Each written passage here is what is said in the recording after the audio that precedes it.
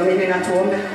Mtakatifu umeinuliwa kuna kama wewe. Yes, Lord. Asante kwa nafasi ambayo Baba umeturuhusu tupatikane katika madhabahu haya. Yes. Tujikabidhi mikononi mwako pamoja na vyote vile tulileta uweponi mwako Mfalme. Asante maana umetuagiza tuje Baba wa ajabu na hali zetu zote mbele zako Bwana. Na kushinda yote tulete Baba dhabihu zetu mbele zako Mfalme.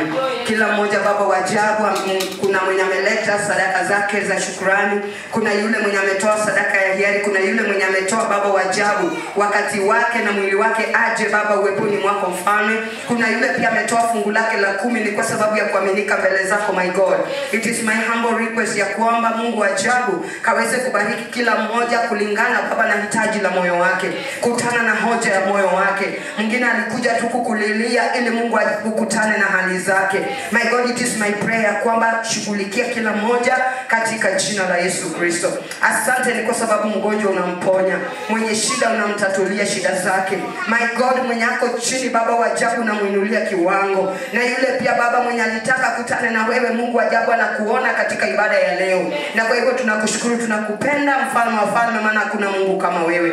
Asante maana kila mmoja anabarikiwa ni kwa sababu uko kati yetu. Uinuliwe na kuabudiwa maana wewe ni mwema, na ni katika Kristo Yesu aliye Bwana mwombezi wetu tuomba na kuamini. Amen. Amen. Praise be to God. Amen. Atukuzwe Yesu. So uchukue tu kiti chako ukae comfortably. Tuweze kusikiza kutoka kwa Bwana na itakuwa ni mzuri. Asifiwe Yesu. Amen. Last Sunday Mungu alitusaidia tukaweza kujifunza yale ambayo tuliweza kuhubiriwa, na nashukuru kwa sababu Mungu ameendelea kumhifadhi wa mioyo yetu katika kila hali. Utukufu wote tunampea Bwana Yesu atukuzwe. Ni kwa sababu ya yule atakaye Baba uweza kusikiza ujumbe huu. Mimi ni mchungaji Janet Mabonga, nimeokoka. Yesu ni Bwana, tumaini na msaada katika maisha. Mungu ameendelea kuwa kimbilio na tegemeo katika hali zangu zote. Sina aibu ninaposhuhudia kuhusu wema wake. Bwana Yesu atukuzwe. So nashukuru kwa sababu ya siku hii ambayo ametukabidhi, na nyenyekea mbele zake nikijua ya kwamba mimi ni chombo. Last Sunday tumeongea kuhusu hali ya kutarajia makusudi ya Mungu katika maisha yetu na mpango wa Mungu kutimia katika maisha.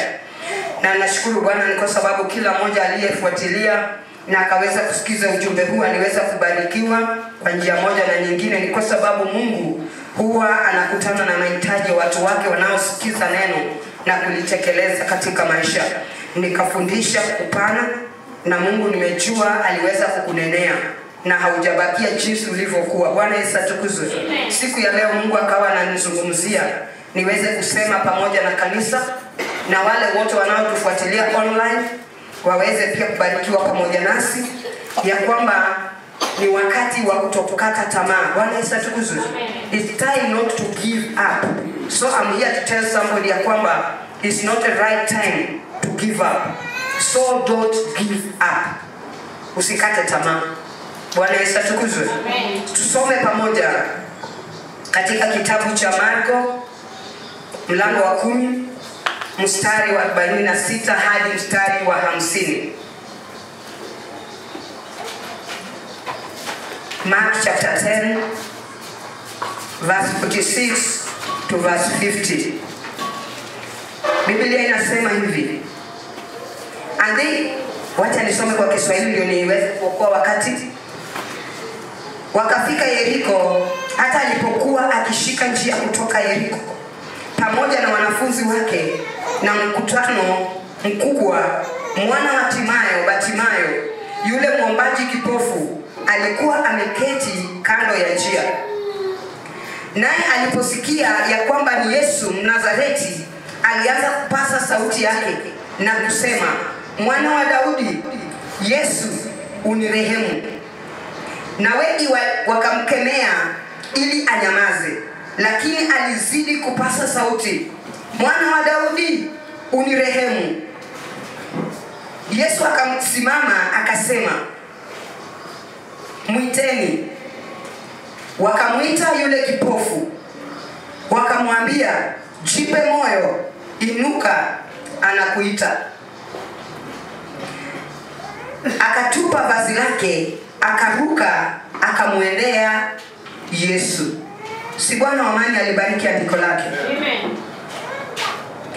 Biblia mahali penye tumesoma, Biblia inaongea kuhusu mtu mmoja ambaye anaitwa Bartimayo wa Timayo. Bwana Yesu atukuzwe.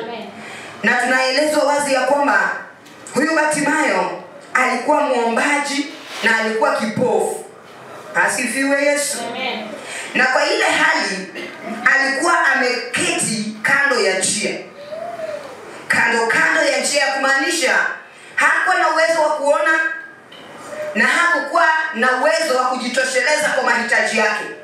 So hali yake ilimbidi kila wakati awe anasaidiwa na anapelekwa kando ya njia, mahali penye alikuwa anakaa hapo, maana alikuwa kipofu, ili aweze kuomba msaada kutokana na wale waliopita karibu na hiyo njia ama kwenye ile njia. Na Biblia inatuambia ya kwamba Yesu alipokuwa akipita, naye akasikia kelele za watu, akasikia watu wakisemezana na wakipita kwa wingi, na ndiposa ikambidi aweze kuulizia ni nini kinaendelea. Bwana Yesu atukuzwe. Na tunaambiwa ya kwamba Yesu alikuwa akipita kutoka Yeriko pamoja na wanafunzi wake, wakiwa wamefuatwa na mkutano mkubwa sana wa watu, na ndiposa wakawa wanapita mbele ya Bartimayo. Na kwa ile hali Bartimayo akaweza kuinquire ama kuulizia wale wenye walikuwa wanapita, akauliza ni nini kinaendelea. Praise be to God.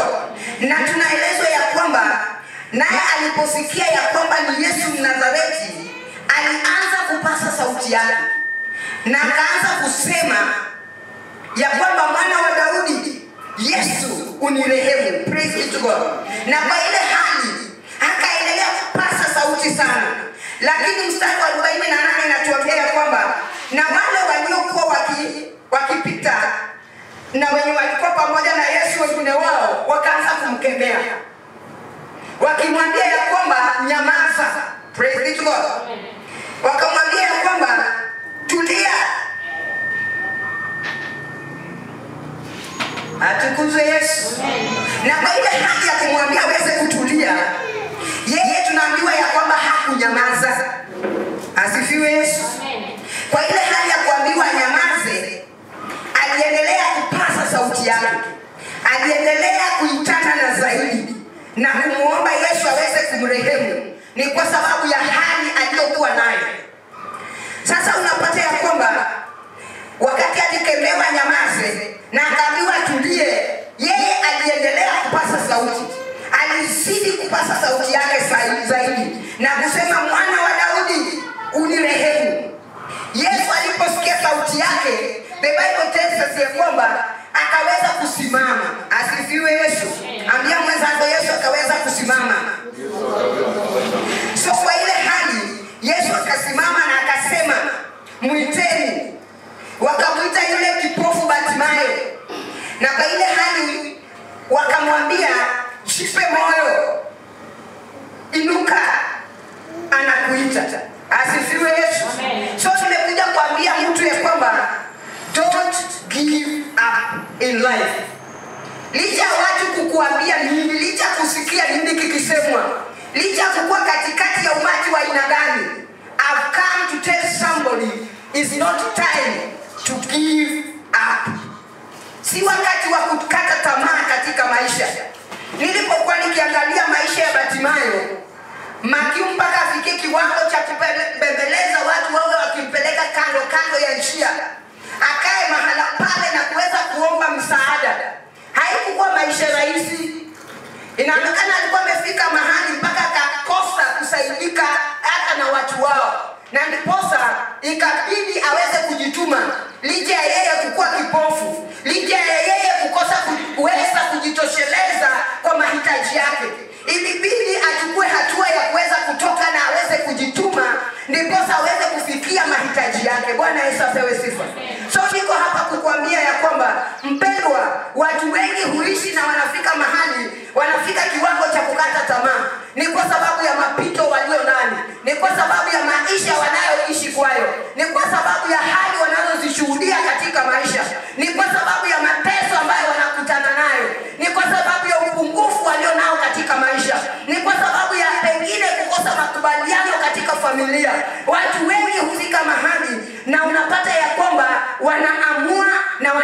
tamaa.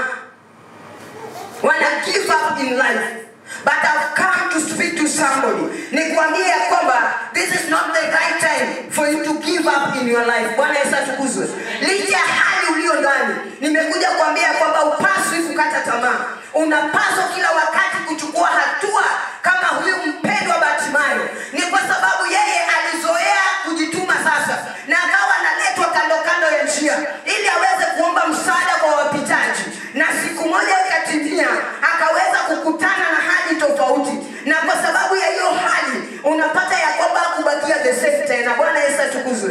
So niko kusema jambo hili siku ya leo, ya kwamba usikate tamaa katika maisha. Ni kwa sababu unaweza fikiria jambo lenye umeamua kulifanya, to unaona kana kwamba ikutoshelezi jambo hili ati ya kwamba halitakuweza kutimiza ama kuwafikia mahitaji yako. Ni wewe utie bidii na uendelee na kujituma, hata kama mapato ni kidogo, hata kama mahusiano hayaridhishi, hata kama maisha yakupendezi, lakini jikaze katika maisha haya. Ni kwa sababu unaelewa vizuri ya kwamba wewe unapojituma na unaposimama kama wewe vile ulivyoumbwa na Mungu, Mungu hataweza kukusahau. Na ndiposa nimekuja kukuambia kama Bartimayo alikuwa kipofu na hali akajituma, hata kama alikuwa anakaa kando kando ya njia, lakini ukweli ni kwamba hangekosa kitu cha kuweka katika kinywa chake jioni. Ni kwa sababu chenye angepewa ndicho angeridhika nacho. Ni kwa sababu ndio ulikuwa uwezo wake kwa wakati ule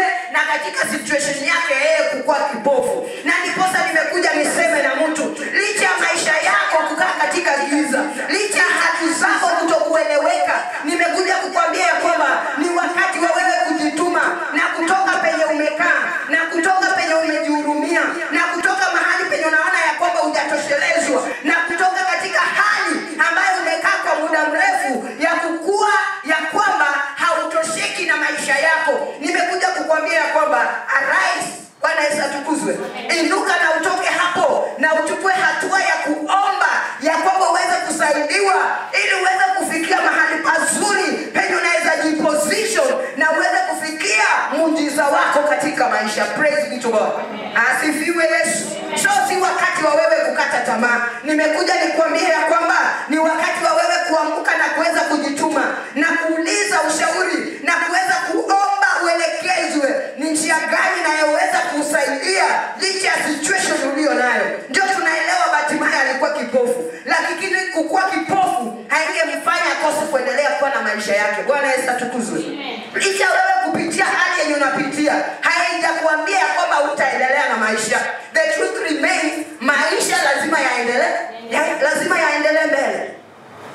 So ni ombi langu kama muumini mwenzangu ya kwamba licha chenye unapitia, licha background yenye umetoka, praise be to God, licha maisha penye umefika, I'm here to encourage somebody. Nikwambie ya kwamba si wakati wa kukata tamaa. Hata kama nyumbani utambuliki, hata kama wakuchukulii kama kitu cha dhamana, hata kama historia yako imekaa kombo, nimekuja kutia mtu moyo nikwambie ya kwamba sio wakati wa wewe kubaki hapo na kukata tamaa. Ni wakati wa wewe kujitia moyo katika Bwana na kuchukua hatua kama huyu ndugu Bartimayo ambaye alisema hata kama nyumbani tu atulie, hakuja akilishwa na kunyweshwa, lakini alijiambia kwamba licha yeye kukuwa kipofu atachukua hatua ya kuinuka penye ako na apelekwe mahali na yule mwenye atakubali kumsaidia ili naye aweze kwenda kujituma, hapata at least kitu cha kuweza kumtosheleza kwa maisha ili aweze kuendeleza maisha yake. Bwana Yesu atukuzwe. So even in your situation, nimekuja kuambia kwamba si wakati wa kubaki hapa. Asifiwe Yesu. Hata kama biashara isongi, si wakati wa kubaki hapo kinungunika. Hata kama jamii haiko sawa, si wakati wa kubaki hapo kinungunika. Asifiwe Yesu. Ni wakati wako wa kuchukua hatua na kujituma, kuchunguza na kupeleleza, kutaka kujua ni nini ninaweza fanya katika maisha haya ili life yangu iweze kuendelea. Si wakati wa kukata tamaa. Asifiwe Yesu. Amen. Na si wakati wa kutoroka ndoa. Sio wakati wa kuacha kazi. Sio wakati wa kutoroka mji huu kukimbilia mji mwingine. Sio wakati wa kujaribu kuanza kujikunja na kujihurumia katika maisha. Ni wakati wa wewe uchukue a positive movement. Bwana Yesu atukuzwe. Songa katika hatua yenye itakusaidia. Maana Bartimayo alijiambia ninaenda, nipelekeni kando ya njia. Nimejua hapo kufikia jioni sitakosa kitu cha kuweka katika kinywa changu. Chenye sitakuwa nimetegemea mtu mwingine anisaidie tu. Sitasumbua watu wa jamii. Lakini hii ndio itakuwa njia moja ya mimi kujituma. Praise be to God. Amen. Mpendwa, hata na wewe ni wakati mzuri wewe mwenyewe ujitume. Licha ya mapito hayo yote, jitume mahali. Maana nimejua kwa wewe kujituma mahali hapo penye utafika na ukae, Mungu atakuja kukushughulikia wakati umechukua hatua. Praise be to God. Amen. Maana nilipokuwa nikiangalia hali hii, nikawa najifunza na wale 4 lepers. Bwana Yesu atukuzwe. Kwa kitabu cha Wafalme, ambao walikaa chini na wakasemezana ya kwamba hatuwezi rudi katika mji wetu, na tukienda katika huu mji unaotukabili ni mji wa maadui.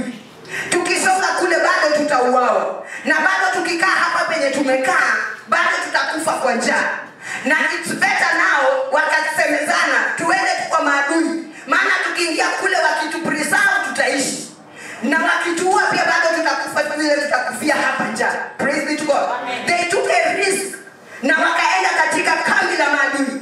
Na walipofika kule, na kwa sababu Mungu aliona hatua walioichukua na uamuzi walioufanya, Mungu akaona ya kwamba waja give up na life. Licha wao kukua wanaukoma, wamekuliwa vidole haviko wamechukuliwa na wamebaki watu wenye hawapendezi na ugonjwa wa ukoma, lakini hawaku give up in life. Na ndiposa nimekuja niseme na mtu ya kwamba sometimes it's good to risk. Bwana Yesu atukuzwe. Licha mambo kutokusonga vile unataka, saa zingine jirudie na ujiongeleshe na ujiambie ya kwamba I want to remain here.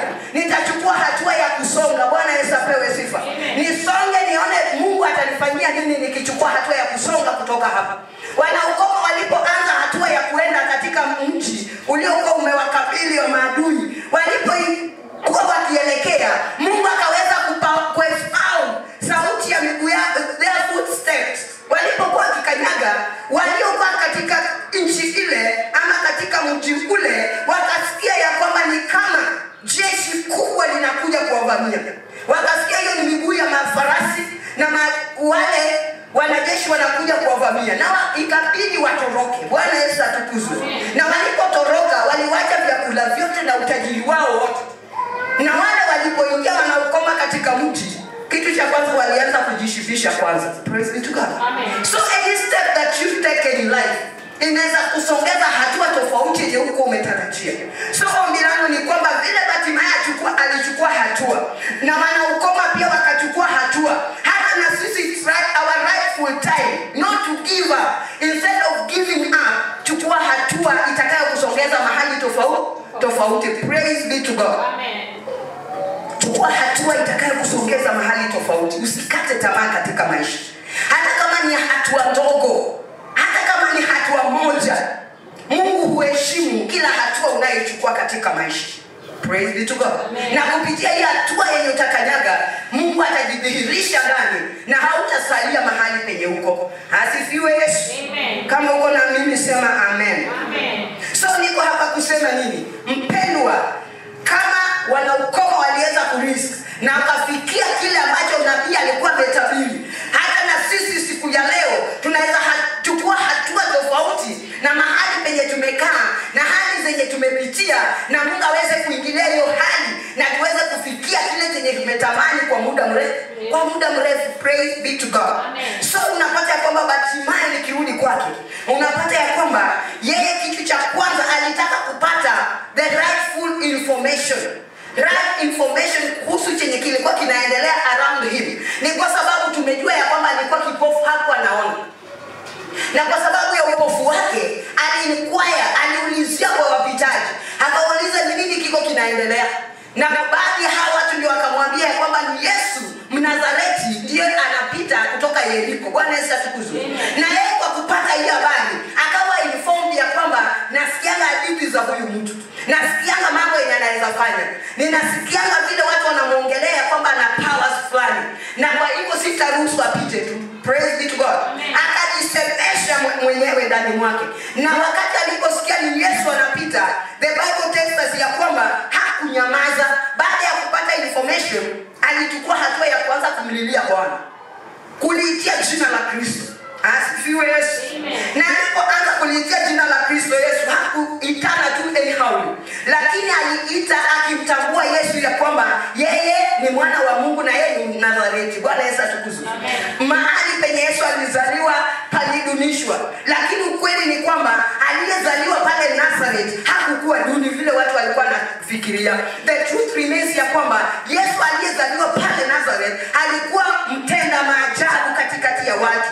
Na ndiposa unapata ya kwamba wakati ambapo aliliitia jina la Yesu Kristo na akamtambulisha na Nazareth na akaamini ya kwamba anaweza mrehemu, the moment he called upon Jesus, ikafika mahali watu wakamwambia wacha kimbelembele, wacha makelele, kujipendekeza ni kwa nini?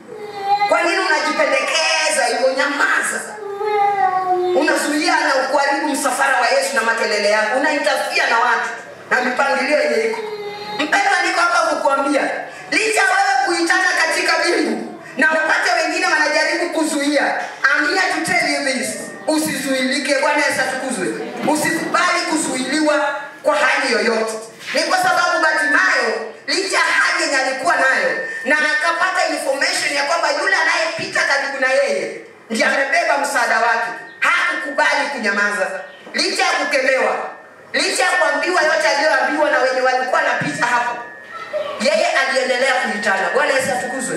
Na ndiposa nimekuja kukwambia kwamba licha hali yako unayopitia, hata kama watu watakwambia hii si ya kusemwa, hii si ya kutangaza, na hii si ya kuitania, mpendwa, hii si ya kupelekea pastor, I'm here to tell you this, usinyamaze. Praise be to God.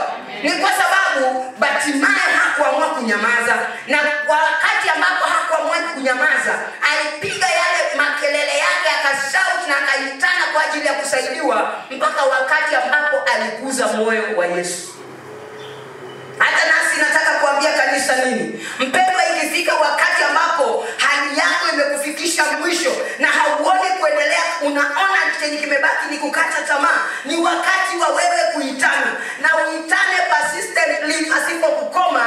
Endelea kuitana licha watu kuongea, licha watu kusema, licha watu kudhania vibaya, licha watu kuita majina, licha watu kupinga. Endelea kuitana. Bwana Yesu atukuzwe. Maana ni wakati wako wa kuitana. Na the moment you remain persistent calling upon the name of the Lord, hautabakia the same. Bwana Yesu atukuzwe. Bartimayo hakubakia mahali pale. Alipoendelea kuitana, akaendelea kuitana, na watu wakamkemea wakimwambia nyamaza. Mpendwa, hakunyamaza. Alijua ya kwamba hapa ndipo kuna msaada wangu. Hata na wewe ukikuwa informed ya kwamba penye huko ndiko kuna msaada wako, mpendwa, hautanyamazishwa. Utaendelea kuitania mahali hapo, utaendelea kuitana kwa yule aliye right, mwenye unapaswa kuitana kwake, ambaye ni Kristo Yesu. Na hata kama watu watakusema vibaya, hata kama watu watakusoma vibaya, hata kama watakufikiria vibaya, hata kama watakuchukulia vile watakuchukulia, nimekuja kukutia moyo kukuambia ya kwamba si wakati wako wa kunyamaza. Ni wakati wa wewe kusimama kidete na kukua focus kwa kile kitu ambacho unahitaji katika maisha, na una uhakika ya kwamba yule mwenye unamuita ndiye ana msaada wako. Mpendwa, si wakati wa kunyamaza. Itana mpaka Kristo asimame. Amen. Asifiwe Yesu. Itana mpaka kusikize. Msafara usimame, shughuli zisimame, ni kwa sababu yako. Bwana Yesu apewe sifa. So I'm here to speak to somebody. Nikwambia kwamba hata kama hujaokoka, hujamjua Yesu, na umekaa kando ya barabara kama Bartimayo, nimekuja kuliitia jina la Bwana ni kwa sababu yako. Nimekuja kutangazia ujumbe huu ni kwa sababu yako. Nikwambia kwamba kando ya barabara sio salama. Wakati ambapo umekaa kwa kando ya barabara, hiyo venue ama mahali hapo ama that destination penye uko kando ya njia, uko tu hapo for the time being. Ni kwa sababu Yesu atakapokuwa akipita, umejavea hapo ndiposa uweze kujua wakati anapopita, ili anapopita asikupungukie, asikuache na asikusahau. So unapokaa kando ya njia haijaishia hapo. Unapokaa kwa hali yenye hujakubali Yesu, mpendwa, hapo si mwisho, ni kungoja, unangoja wakati wako wa kukiri Yesu ni Bwana. Praise the Lord. So I'm here to welcome somebody who has not received Jesus as Lord in his or her life. Ya kwamba ni wakati mzuri, wakati huu injili ya Kristo inapohubiriwa. This is the right time. Utoke kando ya njia na uingie katika barabara ambayo ni Yesu Kristo, na mkiri kama Mwokozi katika maisha yako, naye ataweza kuwa msaada katika maisha yako. Praise the Lord. Atabadilisha hali yako. Amen. Atachange hali zote zenye umepitia. Asifiwe Yesu. Na kufanye kuwa kinyume kipya.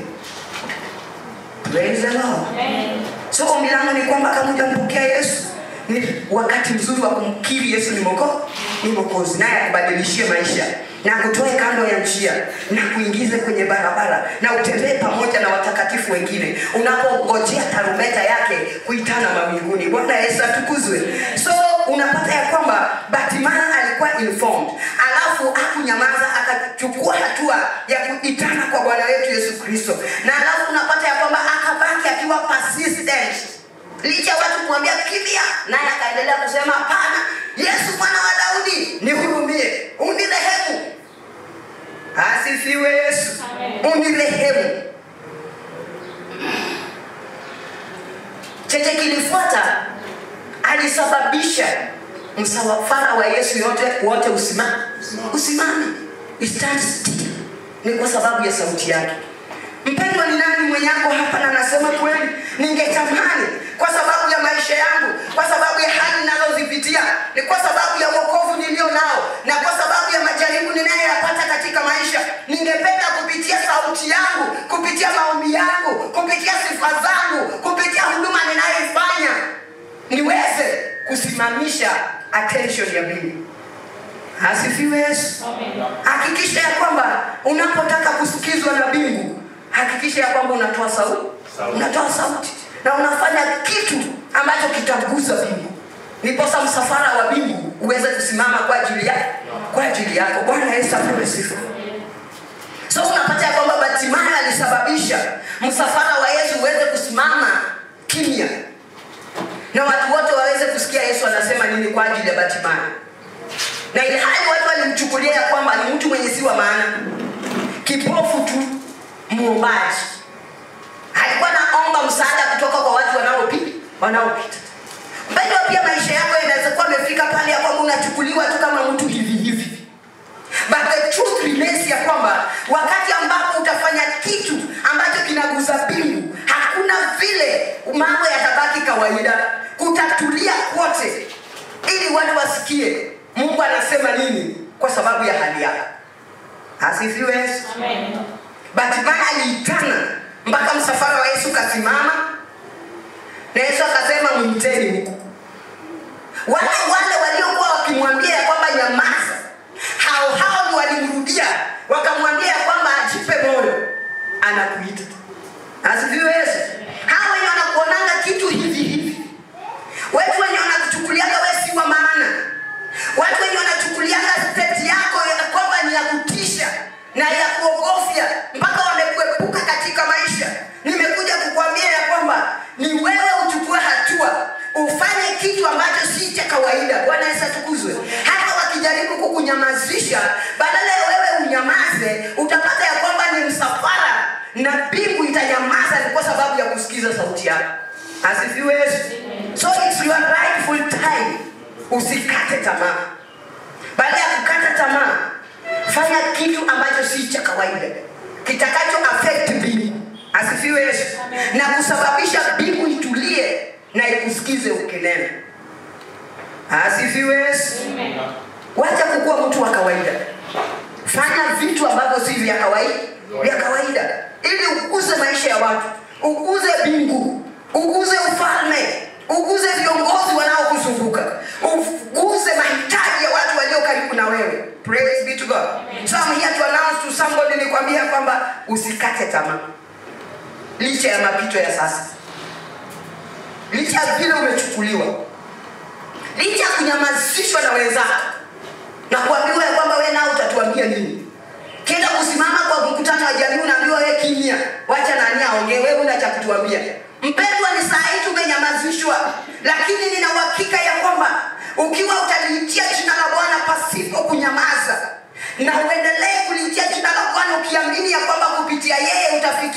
suluhisho la maisha yako, utaweza kupata sauti wakati mmoja. Na hao waliokuambia ukimye, hao jamii waliokuona duni, wale marafiki wenye wako wanakudhamini, na wale watendakazi pamoja na wewe wenye walikudunisha, mpendwa, itafika wakati ambapo mbingu pamoja na wao watanyamaza wasikie ni nini unasema, na mbingu inasema nini kuhusu wewe. Asifiwe Yesu. Maana unapata ya kwamba baada ya Bartimayo kuambiwa njoo, na akaambiwa na wenzake ya kwamba tulia, relax, unaitwa, akachukua hatua akaenda. Praise God. Na tunaambiwa ya kwamba alipoenda kwa akienda, alitupa lile vazi lake la kuomba. Lile vazi aliliangusha. Baada ya kuliangusha, na akachukua hatua za kusonga penye Yesu alikuwa. Na Biblia inatuambia wazi ya kwamba Yesu akamuuliza. Praise God. Amen. Yesu alimuulizaje? Nani amekuwa pamoja nami? Praise God. Tumekuwa tukisoma pamoja. Ukisoma mstari wa 50 inatuambia kwamba akatupa vazi lake, akarukaruka, akamwendea Yesu. Alafu kisoma verse 51 inasema ya kwamba Yesu akamjibu akamwambia, wataka nikufanyie nini? Yule kipofu akamwambia, mwalimu wangu, nataka nipate kuona. Asifiwe Yesu. Amen. Sasa yeye hakuyumba na kwenda kwa hali zingine. Alipoulizwa unataka nikufanyie nini, yeye alienda direct to the point, chenye anahitaji kutoka kwa Mungu, chenye anahitaji Yesu amfanyie. Na akamwambia kwamba mwalimu wangu, nataka nipate kuona. Ya kumaanisha aliishi kwa upofu kwa muda mrefu, na alikuwa amechoka na hiyo hali, na ndiposa akaona chenye kinamzuia kufikia malengo ya maisha na yeye kuwa comfortable in life ni ule upofu ambao ulikuwa umemvamia katika maisha yake. Asifiwe Yesu. So sisi wewe nawe siku ya leo, Yesu akiweza kuja ni kwa sababu ya hali zako, na anataka kuhudumie. Alafu amekuita, amekwambia njoo, maana nililia sana. Kuja, nimesikia sauti yako, niambie ungetaka nikufanyie nini. Sijui leo ungejibu ungetaka ufanyiwe nini na Kristo. Praise God. Na that's why nimekuja siku ya leo, usikate tamaa. Nimekuja kukuambia badala ya kukata tamaa, mwambie Yesu hitaji la moyo wako. Bartimayo alienda straight na akasema ya kwamba ninahitaji kupata kuona. Na sijui uko katika giza gani. Sijui ni giza gani imekufunika. Sijui ni upofu gani ulio nao katika maisha, mpaka uendelee kwa kiwango chenye ulitarajia uwe kwacho. Nimekuja kusema na wewe ni wakati wa kumlilia Yesu, na akikukaribisha uweponi mwake ni wakati wa kuenda straight to the point. Mwambie ya kwamba upofu wangu ni wa aina hii. Asifiwe Yesu. Kama upofu ni maisha ndoa yako, mwambie ndoa yangu ndio inanitatiza. Kama upofu ni ugonjwa, mwambie magonjwa ndio yamenitatiza. Kama upofu wako ni jamii yako vile imekuweka, mpendwa, inua hiyo jamii mbele za Bwana na mwambie Yesu, nataka tu nipate kuona maeneo hii ya jamii. Nataka nianze kuona katika kazi ya mikono yangu. Ninataka nianze kuona katika maisha yangu ya wokovu. Nataka unifungue macho ili nione mambo ambayo sio ya kawaida, na nianze kutekeleza yaliyo mapenzi yako katika maisha yangu. Asifiwe Yesu. Amen. Praise be to God. Amen. Bartimayo alienda straight to the point. Exact need yenye alikuwa nayo. So wewe siku ya leo utamwambia Mungu ya kwamba unahitaji nini. Asifiwe Yesu. Licha amekuita, licha umemlilia na umeliitia jina lake, na amesikia sauti yako siku ya leo na amekuambia njoo, halafu amekuuliza kwa wazi ya kwamba ungetaka nikufanyie nini. Mpendwa, ni nini hicho kinachokutatiza? It's my humble request. Unapoenda kujitambulisha na kujieleza kwa Yesu Kristo, mpendwa, enda straight to the exact thing yenye unahitaji kutoka kwake, naye ataweza kushughulikia hitaji lako. Asifiwe Yesu. Maana nakumbuka wakati ambapo Danieli alikuwa akiomba na alikuwa persistent katika hali ya kuomba akiwa katika nchi ya ugeni. The Bible tells us ya kwamba hakukata tamaa na hakuchoka na hali yoyote. Most of the time alikuwa akiliitia jina la Mungu akijua kwamba one day one time jamii yao Waisraeli wataweza kutoka katika nchi ya utumwa. Na dakika ya mwisho Mungu alimfunulia na baadaye waliweza kutoka katika utumwa. Bwana Yesu atukuzwe. Na walipotoka kule Babylon hawakuacha ule ufalme ukiwa kawaida. Walileta changes in that kingdom. Na waliporudi kwao, walirudi kwao watu wakiwa wamejua Mungu wa Danieli, Mungu wa Shadraka, Mungu wa Mesha. Bwana Yesu atukuzwe. Na Mungu wa Abednego. Asifiwe Yesu. Sijui hata na wewe wakati ambapo utakuwa ukitoka mahali penye unaishi, sijui kama utakuwa umewacha historia na watu waamini katika Mungu wako umekuwa ukimtumikia. Asifiwe Yesu. So kina Danieli walivunja record katika utumwa. Hata na sisi si wakati wa kukata tamaa, hata kama tunaishi katika dunia ambayo imejaa shida, dunia yenye imejaa taabu, dunia yenye imejaa matatizo, si wakati wa kukata tamaa. Asifiwe Yesu. Ni wakati wa kuinua mahitaji yetu mbele za Bwana na kumwambia this is our desire, this is our need, this is what we want from you God. Asifiwe Yesu.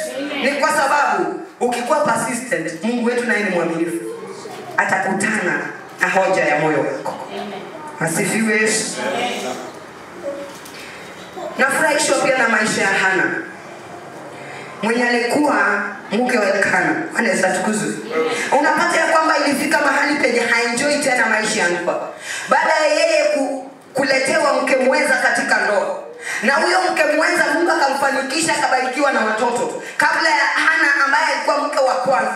Na sasa unapata ya kwamba huyo mke mwenza alikuwa akimkejeli kila wakati na akimwonelea maneno ya kumuumiza. Lakini unapata ya kwamba Hana hakukata tamaa.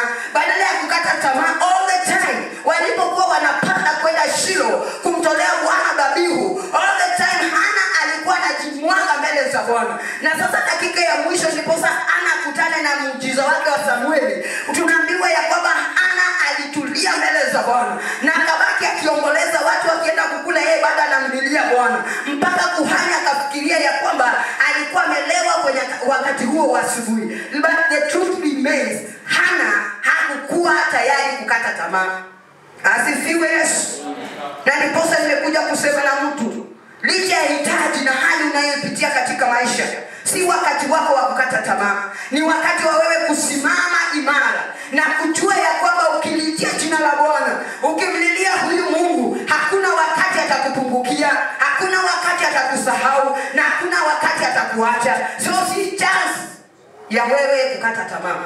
Ni wakati wa kusimama imara na kufocus kwa chenye unahitaji, ukimtumainia Bwana, ukijua ya kwamba kwake mambo yote yanawezekana. Amen. Asifiwe Yesu. Amen. Kwa Yesu wetu kila jambo linawezekana. Amen. Hakuna jambo ligumu. Kama aliweza kufufua Lazaro, nini inamshinda Yesu? Praise be to God. Amen. Aliwapa watoto watu waliokuwa wamama waliokuwa tasa. Nini kinamshinda Yesu? Alifufua wafu, akaponya wagonjwa, akaweza kufufua macho wenye walikuwa vipofu, akaweza kutengeneza viungo vipya kwa wale walikuwa walemavu, na akiweza kuhudumia kila mmoja kulingana na hitaji alilokuwa nalo. Ni kwa sababu alikuwa na huo uwezo wote, alikuwa na hizo nguvu zote. Na niposa nimekuja kuambia, ukiwa katika uwepo wa Bwana, si wakati wa wewe kukata tamaa. Badala ya kukata tamaa, nimekuambia chukua hatua ya kutaka kuliitia jina la Bwana kila wakati, na mahitaji yako yote Mungu ataweza kukutana nayo. Praise the Lord. Kama Mungu aliwatendea wale wengine wote, na tunaambiwa our Lord, he is the same yesterday, today, and he remains the same hata kesho. Hajawahi badilika. Wacheni tuinue matumaini yetu na tuweke imani yetu kwa Bwana, tukijua ya kwamba jinsi alivyotushughulikia Bartimayo, bado anaweza kutushughulikia katika hali zetu. Haijalishi ni nini tunapitia, haijalishi ni mkungu gani tulio nao, haijalishi tumechukuliwa namna gani, haijalishi maisha yanatupeleka aje. The truth remains, tuliitie jina la Bwana na tusikate tamaa. Hata kama majibu yamechelewa, usikate tamaa, maana kwa wakati Mungu atakuja. Asifiwe Yesu. Kwa wakati unaostahili Mungu atajidhihirisha. Kwa wakati unaofaa atakutembelea. Kwa wakati unaofaa ukiliitia jina lake, atabaki mwaminifu kwako. Praise be to God. So niko hapa kukuambia, kama ulikuwa umefika mahali pa kukata tamaa, usikate tamaa. Mungu angali anakupenda.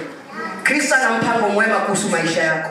Anakujali na anakupenda zaidi. Na anataka uwe na kesho iliyo ya ushindi. Kesho iliyojaa matumaini. Kesho iliyojaa amani. Kesho ya ufanisi. Ambapo wengi waliokuambia nyamaza, hauna cha kutuambia, watarudi wanakuambia we are very sorry. Hatukujua chenye unacho. Na that's why tumerudi tu kuambia tusamehe. Na tuendelee kwa pamoja. Ni kwa sababu Mungu anakupenda. Hangetaka kesho yako iharibike. So liitie jina la Bwana. Nimesema kitu cha kwanza, kuwa informed na chenye kinaendelea kwa maisha yako. Siko sawa? Jua chenye kinakutatiza. Jua wenye wanapita karibu na wewe. Jua wenye wanatembea karibu na wewe. Jua huduma zenye zimekuzunguka. Na ukishakuwa informed na chenye kinakusurround, itakuwa easy time ya wewe kulitia jina la Bwana, ukijua ni nini unahitaji katika maisha na ni nini unachokiombea. Asifiwe Yesu. Nimesema be informed. Call on God for your help. Bwana Yesu atukuzwe. Remain persistent. Hata kama watu watakwambia nyamaza, endelea kulitia jina la Bwana pasipo kukoma. Asifiwe Yesu. Hakikisha ya kwamba unasimamisha msafara wa Yesu, ama bingu inatulia kwa sababu ya kilio chako. Bingu inatulia kwa ajili ya nini? Kilio chako. Bwana Yesu atukuzwe. Alafu lastly, unapopewa attention, chukua hatua ya kuenda mbele za Bwana na kumwambia exact thing chenye unahitaji. Go exact to the point. Wacha kuzunguka, wacha roaming around. Enda mbele za Mungu, na wakati anakupea attention, mwambie exactly what you want from him. And he's going to meet your need. Bwana Yesu atukuzwe. Mungu atakutana na hitaji lako, maana anakupenda na kujali na kuwaza mema, na makusudi yako ni ya kipekee kuhusu maisha yako. I'm here to encourage you. Usikate tamaa. Licha ya upungufu, licha ya anything in your life, don't give up. Baada ya give up, call on heaven. Maana Biblia itakusikia. Itana. Maana Biblia itakusikia. Itana. Maana Yesu amekukazia macho. Anataka kusikia vile unaitaka. Na akuulize chenye unataka.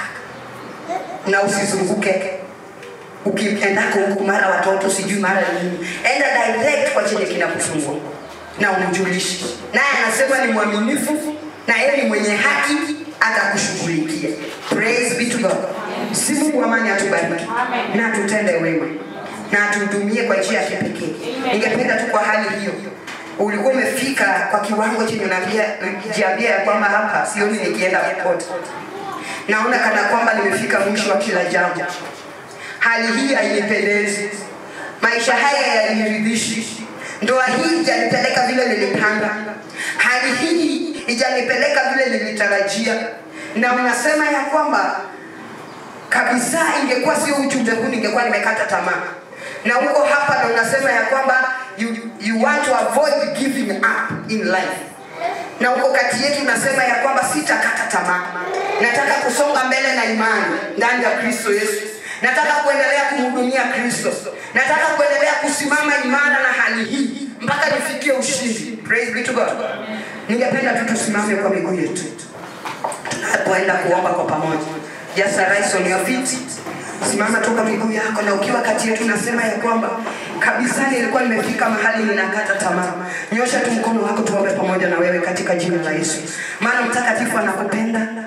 Baba Mungu mwenye enzi anakuwazia mambo mazuri. Anataka kesho yako iwe ya kufaulu. Kesho yako iwe ya kupendeza.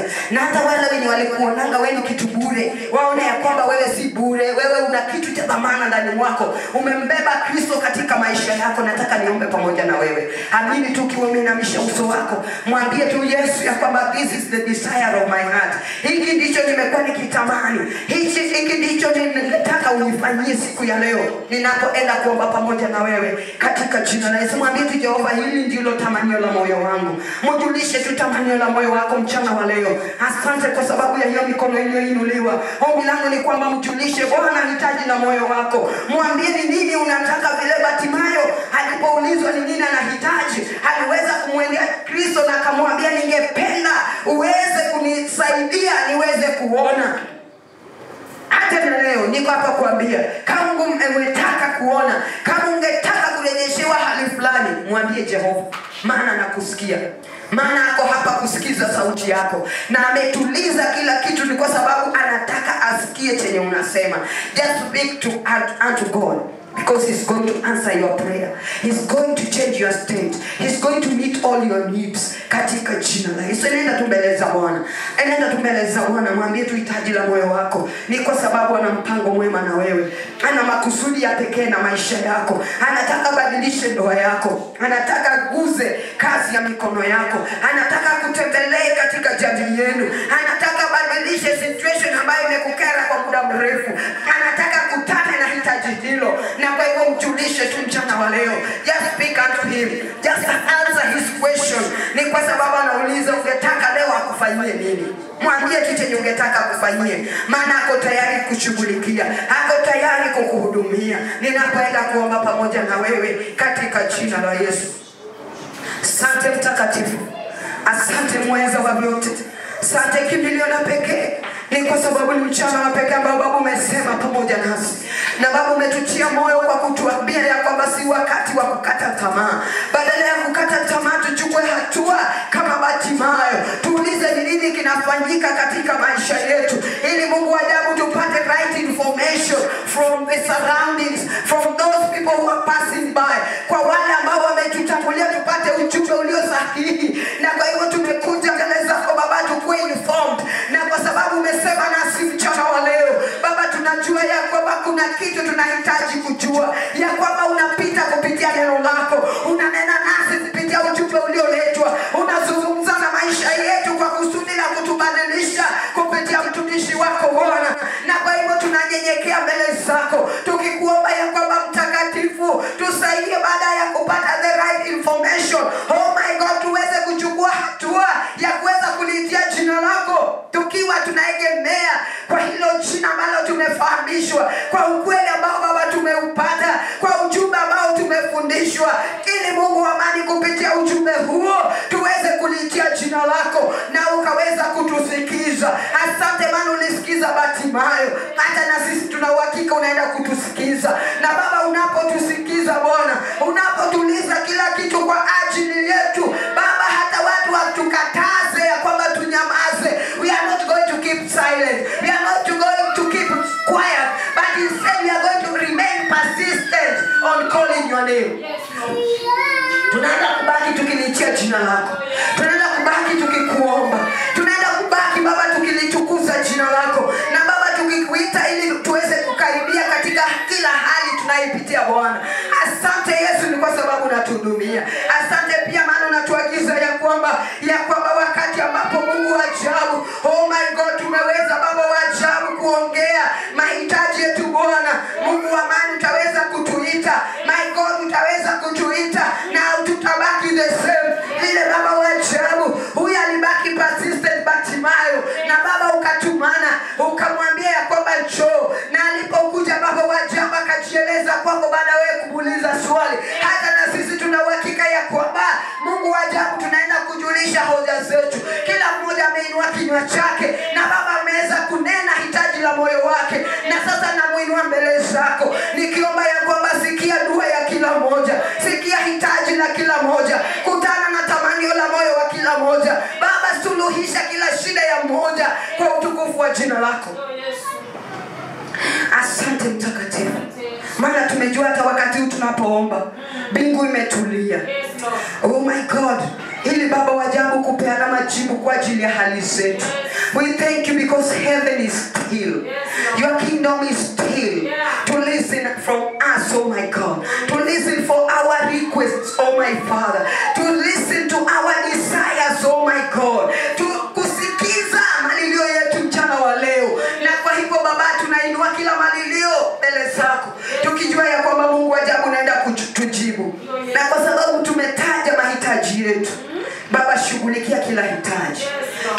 hitaji lililotajwa shughulikie, maana una uwezo Bwana.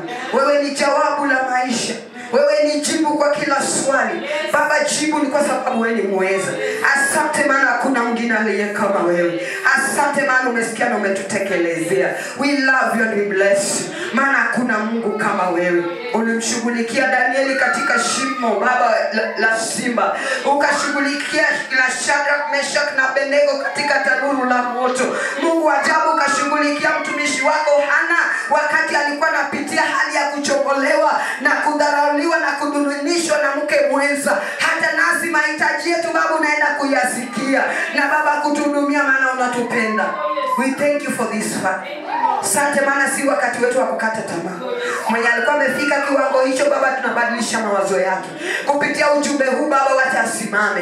Kupitia ujumbe huu wacha achukue hatua iliyo tofauti. Kupitia ujumbe huu Baba wajabu, wacha roho yake ipate kupona na shida zake Baba zifike kikomo katika jina la Yesu. Asante maana ninatangaza uponyaji. Asante maana ninatangaza restoration.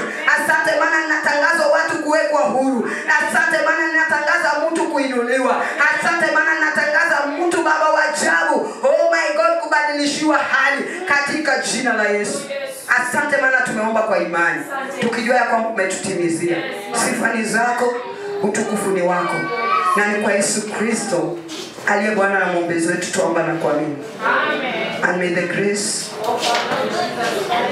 and the love of God and the fellowship of the Holy Spirit be with us now and forevermore. Amen. Ambia mtu usikate tamaa. Don't give up. Simu mamani awabariki na watende mambo mema. Mkuwe na mchana mwema. Tuko na mkutano pale Ngeria wa crusade. Tunaenda kufungua rasmi kanisa letu la Ngeria. So ombi langu ni kwamba crusade imekuwa ikiendelea from Thursday na imeendelea. Tunaenda kufungua kanisa hilo rasmi siku ya leo.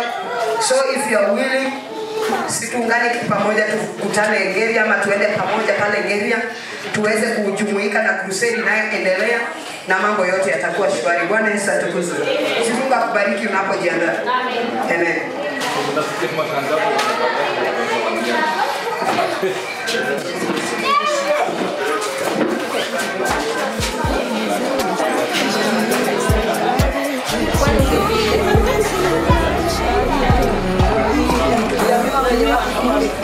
Tafadhali tufunge ripoti idara zenye zijafunga, maana kesho ni baraka.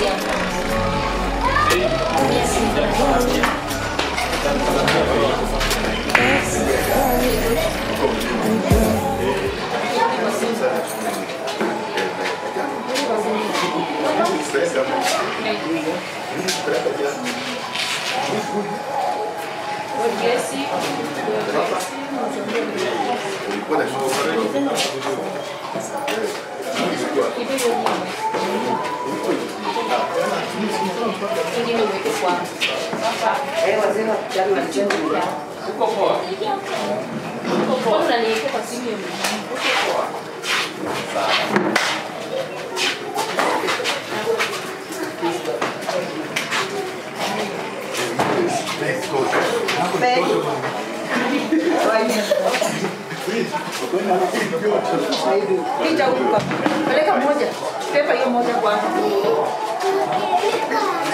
Rudia utaweza pepa moja kwanza. Pepa hiyo peleka.